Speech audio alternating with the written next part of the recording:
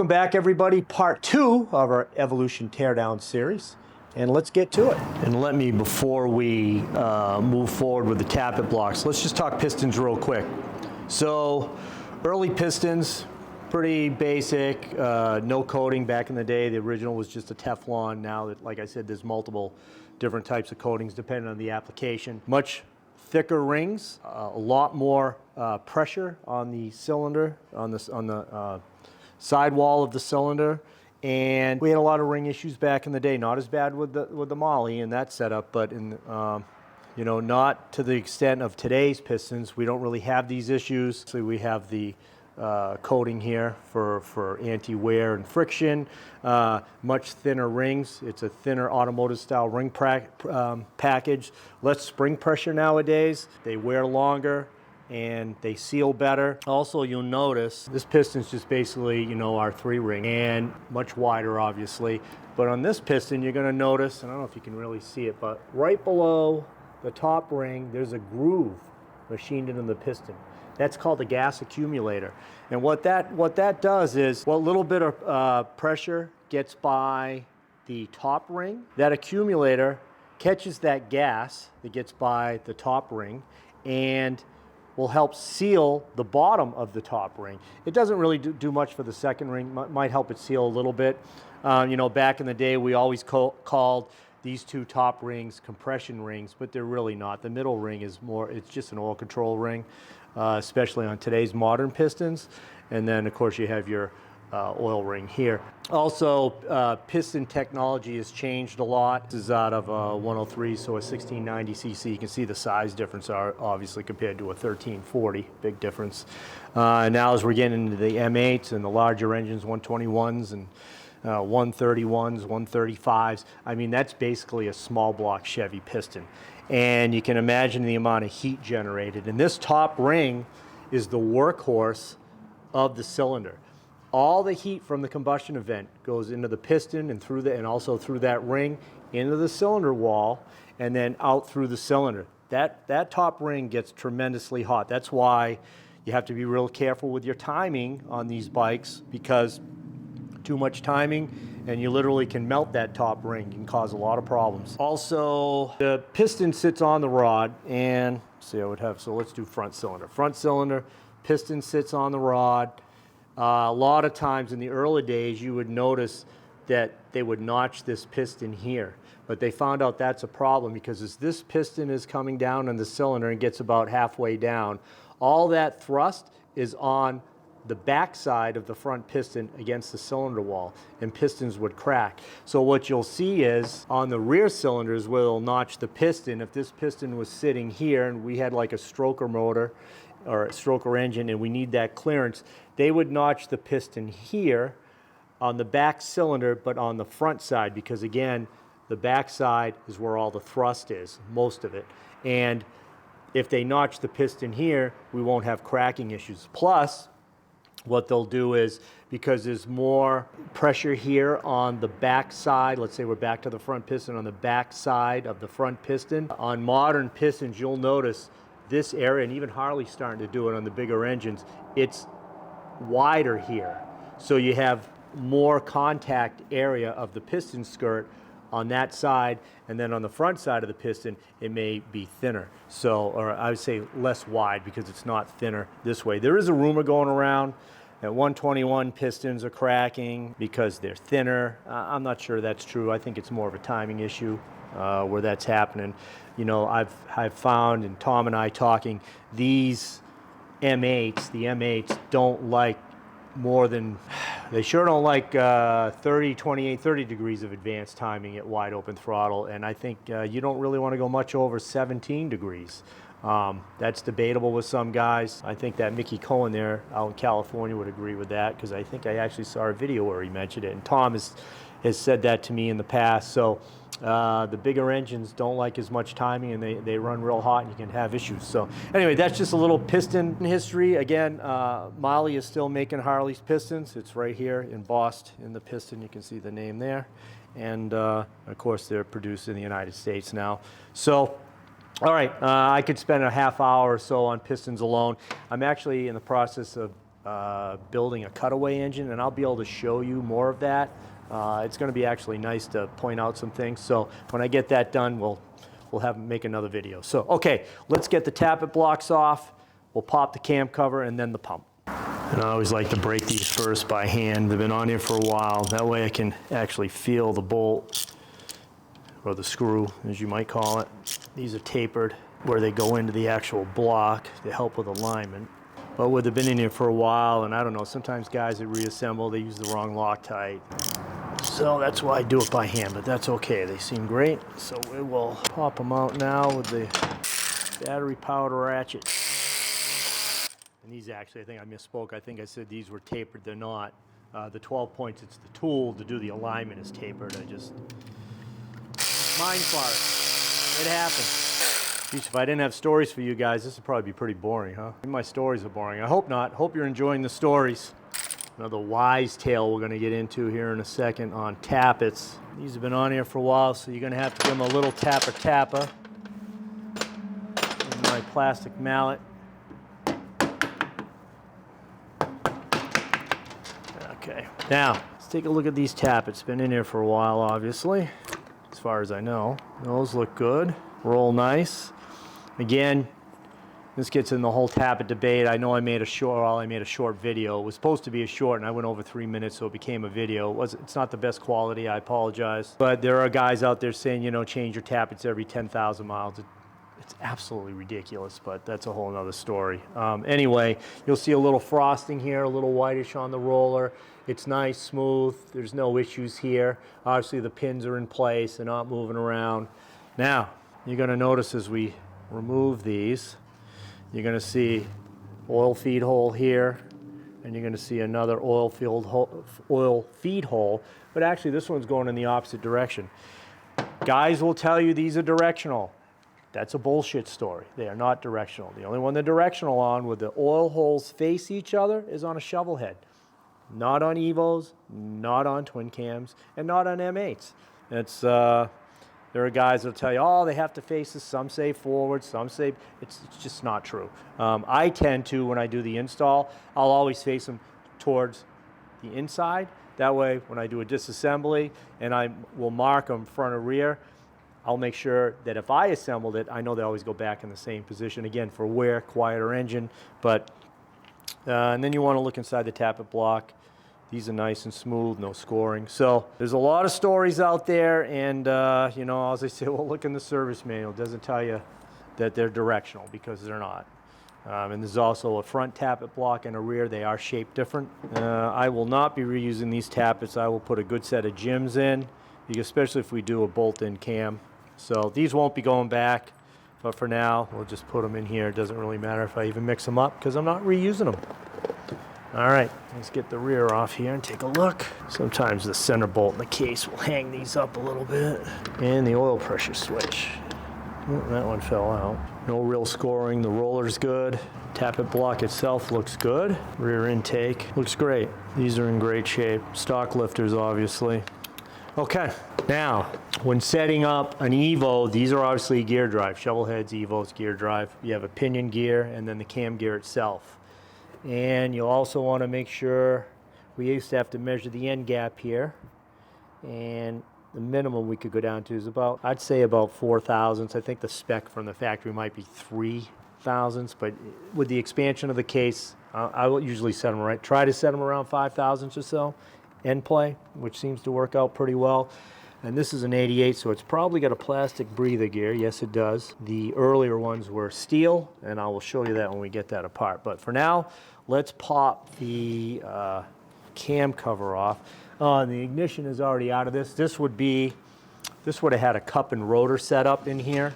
It was the pickup for the electronic ignition. The first year of electronic ignition, the V-Fire one was 78.5. It was a mid-year model change, and we still had basically what looked like a centrifugal weights that you would have for points in an advanced cam that we would use, and we would set an air gap. There was these 2 little small Phillips screws, and would set the air gap for the electronic ignition. It worked on a Hall effect. And then in 1980, we went to the cup and rotor design, which was much better and more efficient. But that was a mid-year model change in 1978, which was interesting. Okay, so we're gonna get the cam cover popped off here. I'm gonna get a thin drain pan for all that oil, because that is gonna make a mess. And this pan should be big enough. Jam that under there like that. The Evo was a great engine. I mean, it had its drawbacks. I mean, stock, it was only like 55 horse.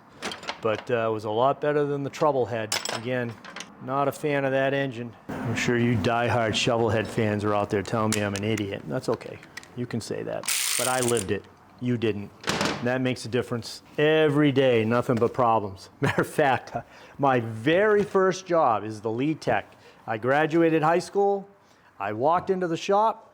My father goes, "You're the head mechanic." We had a guy named Bob Gannon that worked for us forever. I love Bob. He was like a dad to me. He taught me so much about shovel heads and iron head sports. I learned all that from him.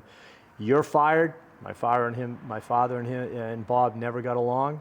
I think it was money. I don't really know the story, but I'm going to assume that's what it was.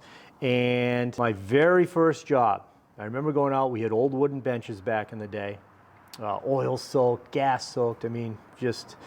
Our very first shop, we rented a facility from Buckler's GMC, 100 Ridgewood Ave in Hyannis, Massachusetts on the Cape. Very small. I think my building here is probably as big. I mean, my building here is 3,500 square feet. I think we might have been a little bit bigger than that. It wasn't anything over 4,000, I'll tell you that. And we had these old wooden ramps. We would push the bike up on it, and that whole thing was just amazing how we did that all the time. We didn't have nice handy benches and things like this. And my first job was a set of shovel heads a customer brought in, bronze guides, needed new seats. He had Manley valves, and I remember all the parts were wrong at the time, at least the seats were. I remember that. And he even had the wrong guides. They weren't oversized. And that was my first job. I'll never forget it, but things change. But those old valve seats on the shovels, as the machinery ran out, they would come down and machine the guide and the seat at the same time, and those machines were off so much as they got older, because AMF wasn't going to invest in new machinery. That hole wasn't in the center of the valve guide, and so when they came down and ground the seat and machined the guide at the same time, it was great from the factory, well, maybe, because they all seized up anyway, or half of them. But when you went to do a valve job and you put a new guide in where the hole is in the center, now you were way off on cutting your seat, and you had to grind that seat so much that you basically ruined it. So you had to put new seats in. I used to weld them, shrink them, and take them out. And those were the days. A lot of work. Old AMF. But AMF saved Harley, too, because if it wasn't for them, they would have been gone long before that. They needed financial help back in the day, and that was the company to do it. The bowling ball company. I remember having all this promotional material. I'd get 10-speed bikes, tennis rackets, everything was AMF head. They made radios. I mean, anything AMF made, we used to get promotional stuff all the time. One year, they did a Corvette giveaway. I was in love with that car. I've always been a big Corvette guy.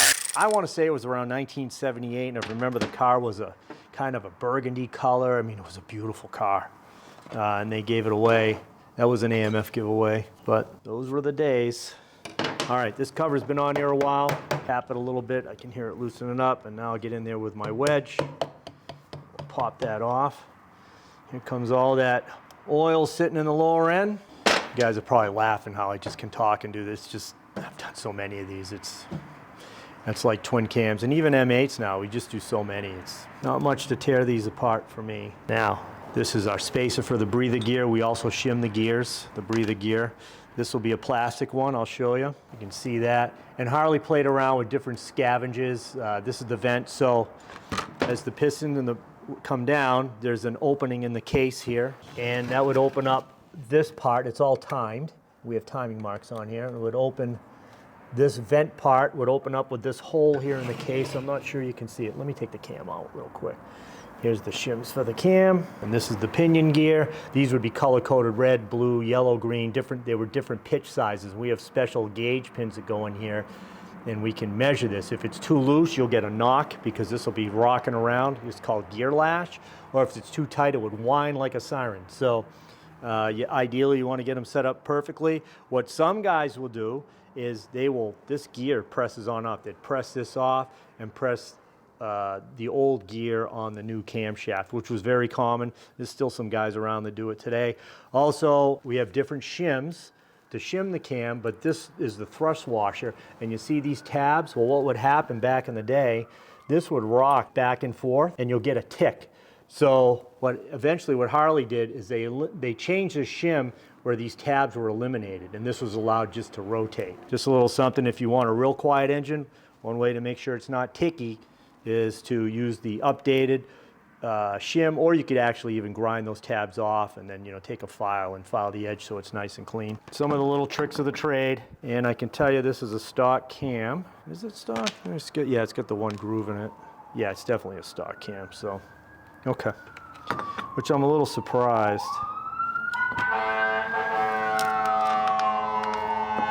Fire trucks are always rolling by here, always. They're at the neighborhood across the street. I'm sure you heard that. Okay, so we have a special tool also to remove the pinion, and it's left hand, not right hand thread. So you want to go as if you're tightening it, and that will, we have a special tool that goes on there to remove that. Someone's already gone in and put in a INA bearing, the full complement Torrington. They took the INA out. Actually, I don't even know if we had the INA back then. Yeah, I think we did. It's hard to remember. Harley started cheapening stuff up. They used to always come with a full complement Torrington cam bearing, but I can't remember off the top of my head when that changed. But anyways, we're doing a cam job or whatever, we always change that. So let me grab my special tool and we will remove the pinion bolt, pinion nut. You can see how this special socket just has a couple flats on it and they match up with the flats on the nut. And also, Harley ended up changing this nut later on the later bikes, but this is an early one, so hang on one sec. I actually need the deeper one. I have a couple different sockets, so you actually need the deeper one for this particular year. There we go, okay. It's funny, I have so many specialty tools. Anyway, let's tap that off. These have been on there a long time, and you usually put them on a little bit of red Loctite, so I like to hit them with air, just gently, not to put too much stress on the pinion shaft. Here's our nut. It's like they took someone off a school bus. That's not good. Okay. All right, now we also have a special puller for this. I need to go in my other toolbox and grab that. And this one's a Jim's also, I think. Anyway, I've had it forever. That's what it looks like. You put it in position here, pop it on the gear. Sometimes these can be a little difficult to get to pop off. Well, let's see. Let me get rid of this air gun. You don't have to listen to that in the background the whole time. What I'm gonna grab here is just to help hold the tool. I need this, my hand can't hold it. Whew, that one's in there good. I might have to hit this with a little heat, guys, we'll see. A little bit tighter and that's it. There we go. Whew, see how when it goes? It pops. These are keyed in position. And the keyway looks good. Also, remember I mentioned the paint color, so this was a green. So there's a sizing chart in the manual. You can go and match it up. And we used to use different gauge pins. We had 105s and I want to say 108s and 105s, depending on the year. We have different pins to figure the pitch and then get the proper pinion gear. Most of the time you'll find that a red one works with most aftermarket cams and you'll get a nice quiet engine every time. So this gear here is the worm gear for the oil pump. It's driving the oil pump right here.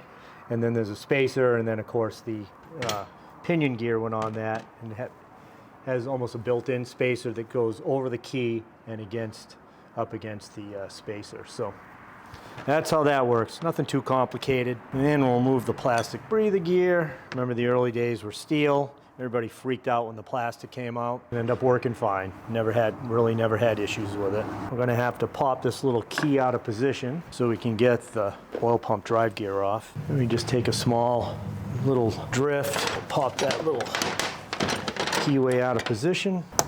Whew, this one's in there good. Been in there a long time. You gotta be careful because you don't want to damage the shaft. There it comes. Starting to move. These can be a little bit of a pain. And you gotta be careful because you're trying not to damage the shaft at all. I'm gonna go with a smaller drift now that it's moved. Little tappa. It's close. Might be able to get the rest of that with a pair of needle nose. Maybe yes, maybe no. Let's see. Just been in here so long. I mean, they just slip into position. But where this has been in here for a long time, she really doesn't want to budge all that much. It's moved a little bit. Things aren't always easy, as I have learned in life. Moved a little bit more. I'm gonna try one more smaller punch. It's definitely moved on an angle. I might try these vice grips here. Then I can tap on the grip, on the vice grip itself, and see if we can get it to come off. That's a pretty good grip. Let's see. That moved it. This happens when you deal with stuff that's been in here all these years. Normally that would just pop right out. This one, not so much. Do not want to damage the shaft, so you know what I'm going to do. I'm going to grind a little point on this. It will help me. Help is good. It moved again. You're really gentle on this shaft. You don't want to bend it, put pressure on it. I'm kind of going on an angle here, so it's not too much, not really going to stress the shaft. There we go. You never would guess that thing was in there that good, but there it is. Show you what the key looks like. Here we didn't damage the shaft at all. No, it looks great. No damage to the keyway. It's hardened steel anyway, but here's the little keyway we're trying to get out. So we'll end up replacing that. They're still available, obviously. Here's that plastic spacer I told you about. Goes in there. And now we'll pull the worm gear, or the drive gear for the oil pump. That's what that looks like. Now we can actually get in here and remove our snap ring, and then we can take the pump out. This pile of tools I already have sitting over here just from doing this. It's a lot. What I'm going to do is move our cam stuff over here. Set that on the top of the stator box, stator container. Say that 3 times fast. Stator container. My snap ring pliers. Trying to think of some other stories to tell you guys while we're doing this. Probably getting boring by now. I've met some real interesting characters in my life in this business, I'll tell you that, as we're removing the snap ring here. I've met some great guys, and I've met some real assholes. I tell you, I had this one guy, so it would have been 2003 when this happened, because I remember he bought an anniversary bike. It might have been, no, was it anniversary or 02? It might have been 2002. The guy had purchased a black Road King. One of my guys that worked for us, John Liberty, was showing the guy about the bike, and he says, "Oh, I know how to ride the whole thing, blah, blah, blah." Okay. You would spend a good half hour to an hour with a guy showing him the bike. And we had this alleyway in the back of the shop, and I used to park my truck all at the way of the end of the parking lot, way out of the way, because I didn't want the truck to get damaged. It was a 2000 Harley, one of those Harley Ford trucks. Sure enough, this guy hops on his Road King. All of a sudden, I hear him winding the bike up, and I hear it go. He dumps it in gear, dumps the clutch. I hear the rear wheel just squealing away. He's flying down the alleyway. John's yelling at the guy, put it in neutral, pulling the clutch. And the guy's pumps it into second gear, all out of control, hits the back of my Ford pickup, rips up the driver's side with his brand new Road King. He's laying out on the ground like this, helmet on the ground. I come around the corner, yelling at, run down the alleyway. We're talking, I can't remember, probably 60 yards, 50 yards, something like that. And I'm yelling at the guys on the floor. Everybody's yelling at me, get back inside. I'm yelling at the guy like this. My father comes running around the corner. Don't hit him. I was so pissed. And the reason I was pissed, not an hour earlier, my wife had come walking down the alleyway with my little guy, and I just had a vision, bringing me lunch. I had a vision that he could have been run over by an idiot like this. The guy supposedly knew how to ride. Had another guy one time in the same alley. He had been shown about the bike, had bought a brand new Dyna. The building was all clapboard.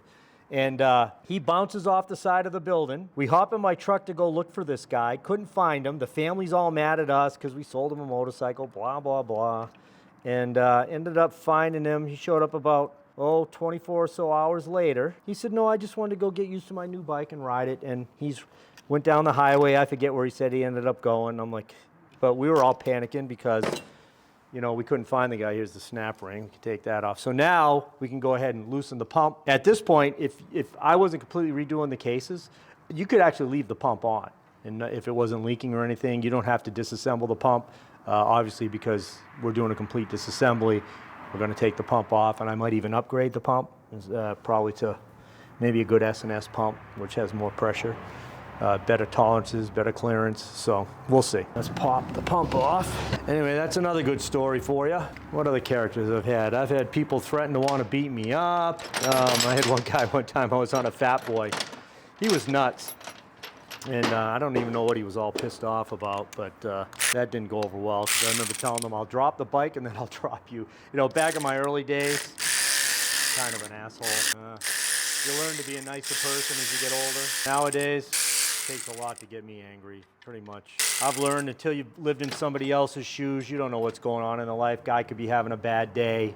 You know, you don't know. So I've calmed down so much. That's what age does for you. So you remove the 4 screws for the pump, and I just take my wedge here and we can wedge off the outer cover. And on the early days, and actually this would be early enough, it would still be this way, you could remove the pump cover without removing the pump itself, and you could leave these 2 back bolts in, because you'll see the pump was slotted. Later ones, they lost the slot and you couldn't do it that way.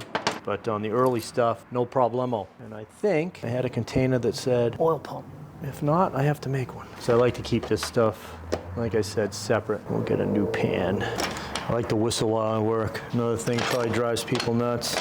Normally I'd have music going. I listen to all kinds of music. Stones are my favorite. Dire Straits. Not really into the rap or any of that stuff. I can appreciate it, but it's just not my thing. Pump looks good. I don't really see any boring here on the cover, which you usually never do anyway. So let's just set that there. And we will get these other 2 bolts off that hold the pump body to the case. Probably want to show you this, how I do this.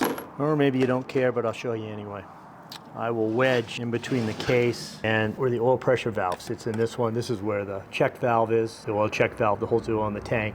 And this is your pressure relief valve. And here, heavier spring with a plunger. I'm going to be getting into that on that Bourget I told you. We're going to make a video about some interesting stuff going on with that bike. But what I'll do is I'll just take a wedge, it's been on there for a long time, and kind of tap it in there. Look at that, pops right off. And then what you can do, you'll be able to slide this pump right up. Sorry, but I have to turn this around to do it. I can get the gear, the drive gear off, and there'll be a little keyway that comes with it. Here's the key and the drive gear. And we'll put that in our oil pump stuff, and then we'll pull this out. And the feed gears are the larger gears here. They look good.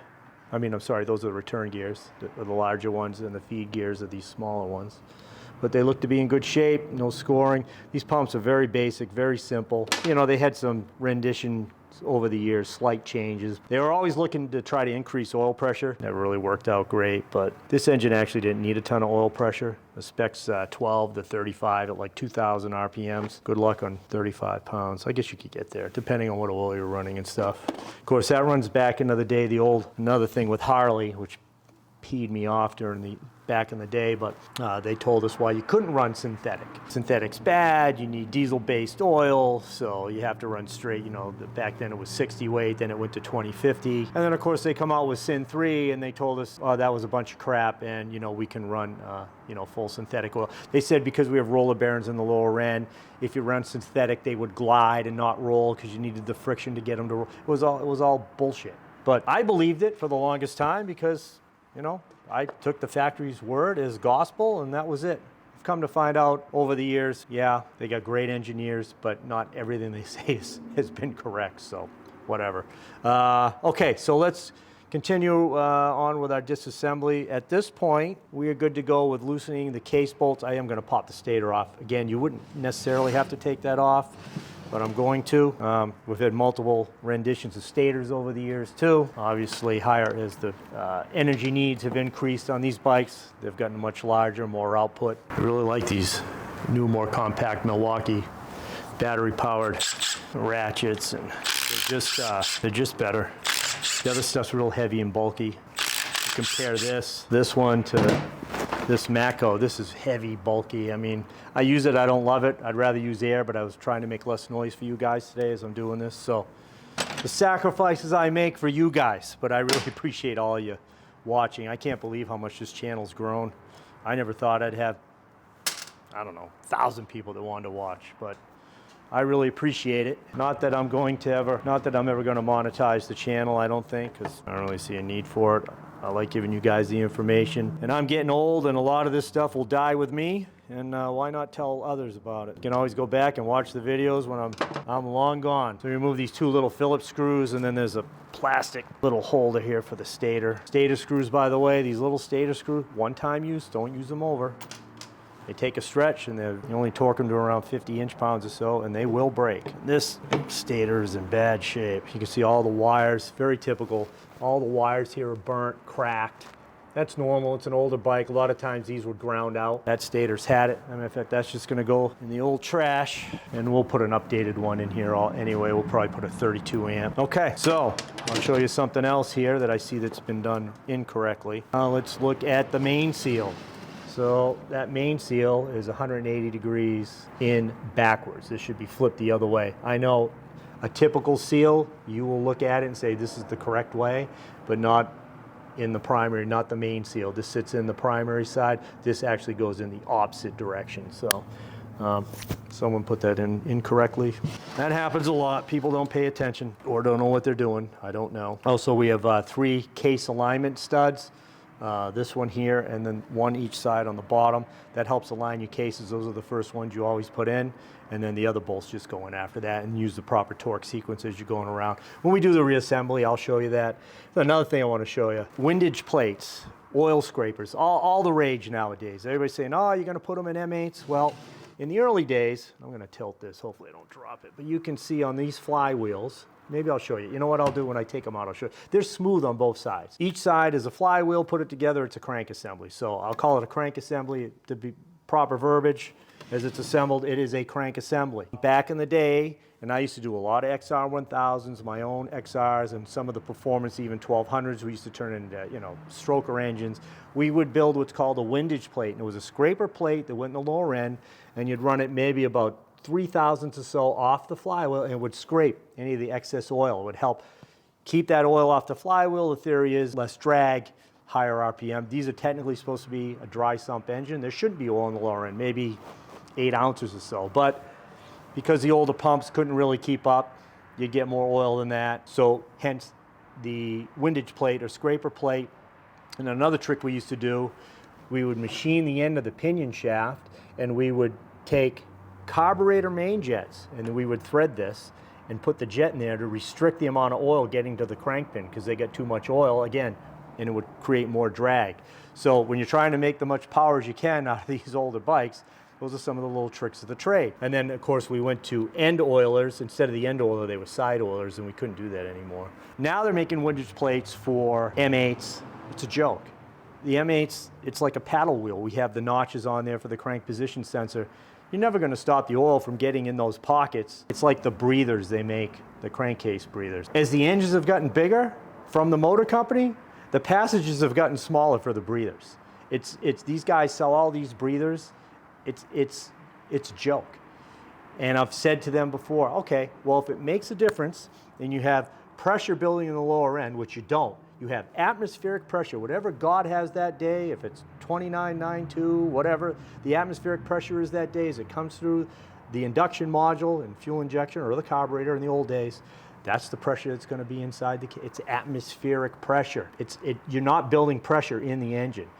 It just doesn't happen. Now, yes, you do have to, as the pistons are coming down, you're moving air around, and that's why you need a breather. But it's not a crazy amount of air. And these guys that have made millions of dollars off of crankcase breathers, I'm building a better mousetrap, blah, blah, blah. Well, then why is the factory actual hole size gotten smaller over the years, not larger?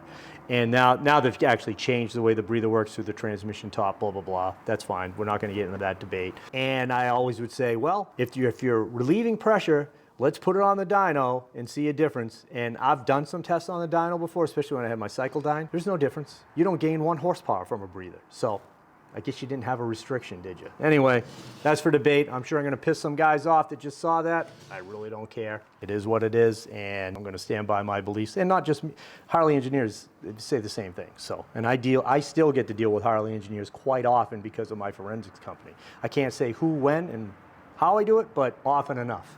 All right, let's pop the case bolts out, and we will split the case. All right, I cleaned up the tools here and just wanted to have a little cleaner working surface, a little more room.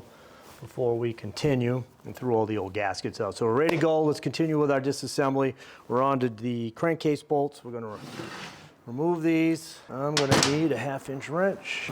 These have been in here a long time, so hopefully this gun just doesn't have the power. So a lot of times what I'll do is I can whack these with my big gun. Grab our 1/2-inch to 3/8 reducer. A lot of times these bolts have been in here so long, they're a little bit corroded. I apologize ahead of time for the noise. Makes it so much easier. Hopefully we do the reassembly, you'll get some really nice chrome bolts or stainless or 12-point. I don't know what's available anymore for Evos. I'm sure there's less and less stuff around, but we'll see. So much grime on here, it's taking the nut inside the socket. That's okay. It's all gonna get redone, cleaned. This thing will be so nice when it goes back together. You guys will be like, that is amazing. And if you don't say that, well, the hell with you. No, I'm just kidding. I'm sure you guys will think it's pretty cool. Okay, so now we're gonna have to tap out these. Remember I told you 3 alignment studs? They're shouldered. We'll tap these out with a drift. Might not use my plastic mallet. Let's see, they're moving pretty easy. When you do your reassembly, these will be the first bolts that you install. These studs actually be the first studs. See how it's tapered? That helps with case alignment. Move our little pan of oil, which we're gonna have to stick back on there because there's a lot of oil on this lower end. You can see my stand's not bolted down, so I have a longer drift. I can only go as far as the taper allows me here. There we go. Like that one. One more to go, and that's that. Now, I'll always go and check and make sure we have all the bolts out, because you don't want to be separating these cases with the bolts still in place. And they are all removed. Okay, now I'm gonna loosen our case bolts here that are holding it to the Jim's engine stand. Oh, that would pop right out. There we go. I'm losing my mind there for a sec. And we'll move the front one. I'll show you a little trick here in a sec. Okay. Now, here's how I separate engine cases. We're gonna put our pan underneath to catch all the oil that's gonna come out of the lower end here. Try not to make a mess. Okie dokie, we got that in position. I'm so OCD. I cannot stand grime and messes. I have to have everything really clean. I'm really a whack job like that. All right.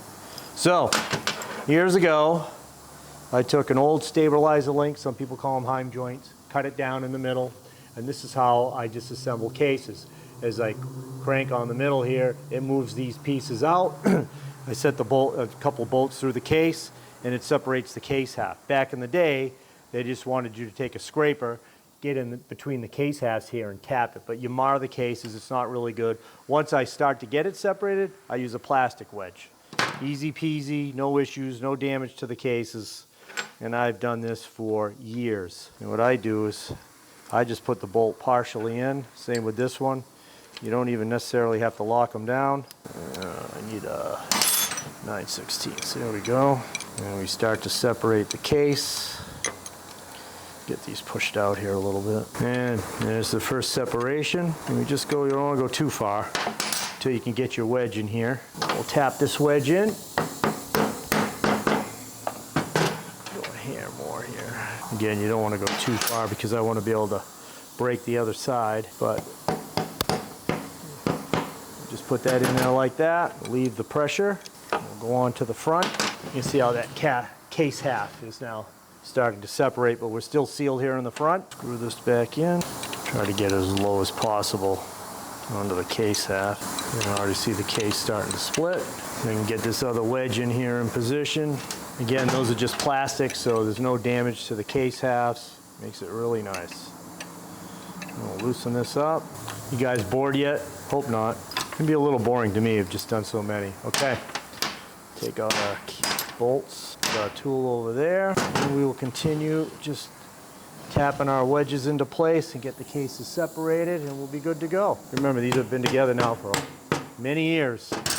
So, but you can see them starting to split, which is great. And we're starting to get some oil dripping out of the bottom now, which I knew was going to happen. I'm going to grab another wedge. Sometimes I have to pop these out of the stand, but so I can get to the bottom half. Nah, rather not, if I can help it because of all the oil that's in here. Nah, she's coming apart. There we go. Now remember, it's the pinion shaft side, the pinion shaft side, say that 3 times fast, that will be removed, and then we have to press out the crankshaft side. I don't know if I'll bother even showing that. I'll do that after. It's not a big deal. We need these cases, these flywheels for something we got going here in the shop, part of our new, what we need with the press and the other tools. I'm not gonna say. So one of our smart listeners, or should I say watchers, or both, has figured it out and actually mentioned it in a comment. So, and I promised that guy, because he did figure it out, I'm getting new t-shirts printed or hats, one or the other. And when I do, I'll find out who he is and I will send him a free one. I'm going to start doing some giveaways for you guys because I really appreciate you watching. I notice other channels do it. Some do bike giveaways. I'm not doing that. That's a little much for me. But those guys are just vloggers, and that's all they do is make videos. Me, I have a shop to run. And unfortunately, I don't have the kind of time where I can just make videos. I wish I could, but not going to happen. So I'm just kind of letting this oil drain here. All that oil that was in the lower end, which looks like it's just about out of there. You're never going to get it all out. And take this over to my oil drain, put it in the tank, and I'll be right back. Stand by to stand by. All right, we'll let that drain and we'll sop up what's left here with these towels, dirty towels. And what we're going to do is try to separate these halves if I can. Yeah, it's still hanging up a little bit. There we go. They separate easier when they're not in the stand, quite honestly. So you know what we're going to do? Let me just gently, if I can, remove these from the stand because they're hanging up. There we go. I should be able to get this half off now. Yeah, we'll pull the whole thing out. Let's do this. Let's hold the case. Sometimes it's really difficult to do stuff alone. Let's pop this down like this gently. Move our oily stand over there. Set this like this. I'll tell you I'm going to show you a little trick while I have this sitting here. You know what? Let's just set that like that for a sec. Stay, boys, stay. Okay. Grab yourself an old twin cam cylinder. Take the dowels out if it has dowels. Turn it like this. You take this case and you're going to set that right over this. And it makes a great stand when you're doing this. Look at that. And then you can pull that right side case right off, or the pinion side, whatever you want to call it. That's what it looks like inside. Remember I told you about the spiny lock insert that would come loose? I can bring this over closer to you. I'm making a mess. And it could happen on either side with the spiny lock, and I'm hoping you can see that. You see these spines here? And this is metal. They would cast the case around that. And over time, the case would expand and it would separate from the spiny lock race insert to the case, and you would get oil transfer. Pretty common. Matter of fact, this is one of the years, 88. Hopefully it's not an issue, and usually I can tell that case insert can get so loose it'll actually move. Oftentimes it could be the other side also. So what else can I tell you real quickly? Pinion shaft side, again, we had different colors for different sizes. There'd be a case code that was stamped inside the case, 1, 2, or 3, I think was the total numbers. And then we would take measurements, and there were different size bearings that we would use for to fit the pinion race in the case. Could I tell you, that's pretty much it. The other side obviously is a tapered bearing, which we got away from because of ease of assembly, and made it quicker for the factory to assemble engines, and cheaper, obviously. And they went to a roller bearing design, and we really don't have trouble with the roller bearings. They're like this, but much larger. So they get away from the Timken bearing style. I know there are a lot of guys that will do, especially in the earlier twin cams, they'll switch over to a Timken style, and I don't know if you really need it. The bearing, you could put in the race bearing that Harley makes in the case, and I've really never had a problem with them.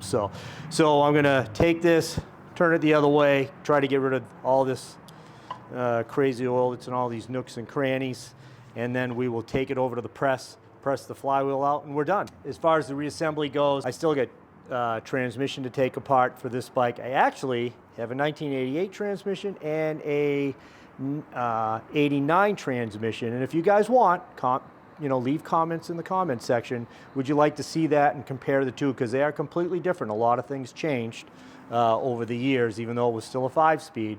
There's a lot of stuff that went on with the main shaft and things like in the shift drum, and a lot of things changed. So we could cover that if you want. I'll do the disassembly and let you watch it. As far as reassembly, not sure when I'm going to get to it. I'm actually going to be using these flywheels for project in the shop, and then they will actually go back together in a better state than they're in now, and these will be the ones I use to reassemble this engine.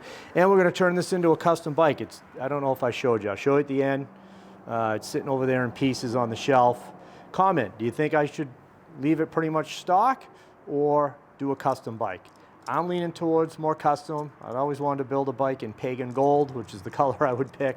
I like the old Phillip panel in front of the fuel tank so you can't see down the frame, and do some trick stuff like that, get rid of unwanted tabs, relocate the regulator, things like that. You know, the bikes I used to build back in the day, you know, very much styled after like what Dave Perowitz, Donnie Smith, you know, and all those guys did back in the day. That was the craze, and a little bit of engraving, that's what we did. So we'll see. Anyway, I have my new hot caffeinated beverage, and I'm done for now. I really appreciate all you guys watching. Please like, subscribe, and all that stuff. Tell your friends. Until next time, the video is over. See you later. Bonus footage. Here's the 1988 Softail. It was a Softail custom. This was one of the hottest bikes in the day. The blue and the silver, and then you had the Brandywine and Crimson. You couldn't get enough of these bikes. Again, not only did the Evo save the company, but the Softail frame, which was designed by an outsider, Bill Davis. Check it out. I did another early video on that on Evos and talked about the Softail and all those things. But this is the bike we're going to be using. Has the old DC style wet clutch. We can get into that if we do the transmission. I'll point that out to you. So we had a keyed shaft compared to a spline shaft, and the original clutch had almost like a copper material for the plates. It was horrible. They slipped so bad, it was very difficult to get them to work correctly. Then we finally went to a kind of a paper plate, which was much better, or a fiber plate. It actually had both. Anyway, this is the bike we'll be using. I'd like to modify a lot of things. I think we could make a really cool project out of it. Again, this is part of the cutaway engine I'm going to be building. I have cylinders and stuff that are already cut over there. That's another project. So anyway, again, thanks for watching, and I'll see you guys next time on Bill on Bikes.